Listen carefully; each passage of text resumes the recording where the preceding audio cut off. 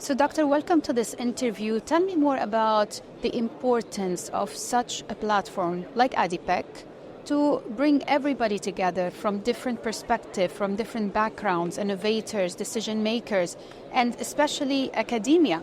Tell me more about your experience. Well, I think ADIPEC has made a great event this year.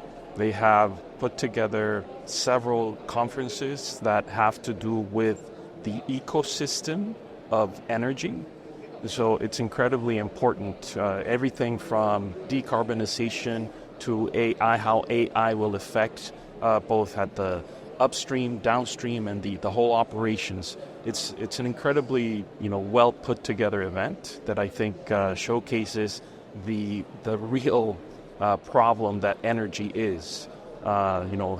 Making sure that we're able to consume energy in the best way possible, and ideally sustainably.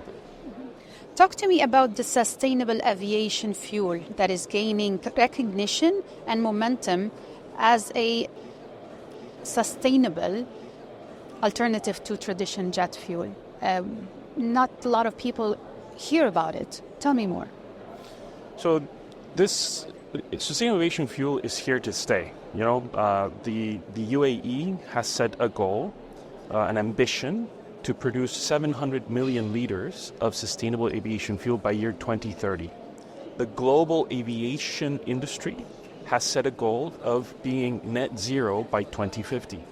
So that means that approximately 450 billion liters of SAF will have to be produced by year 2050 per year.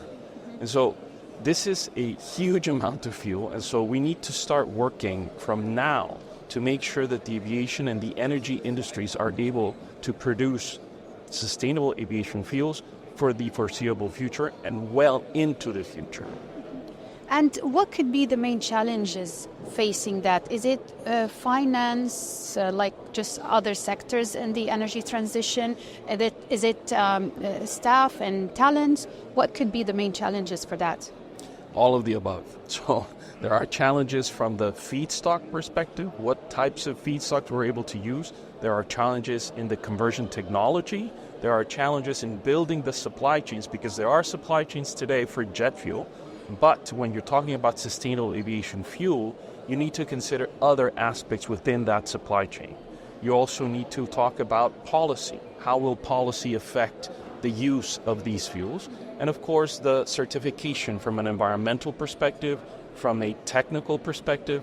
And so these are all topics where there are significant challenges, and we must work together, we must collaborate to make sure that we are able to overcome them.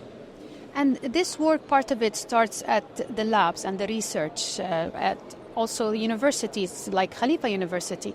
Tell me more about what are you doing in this regard?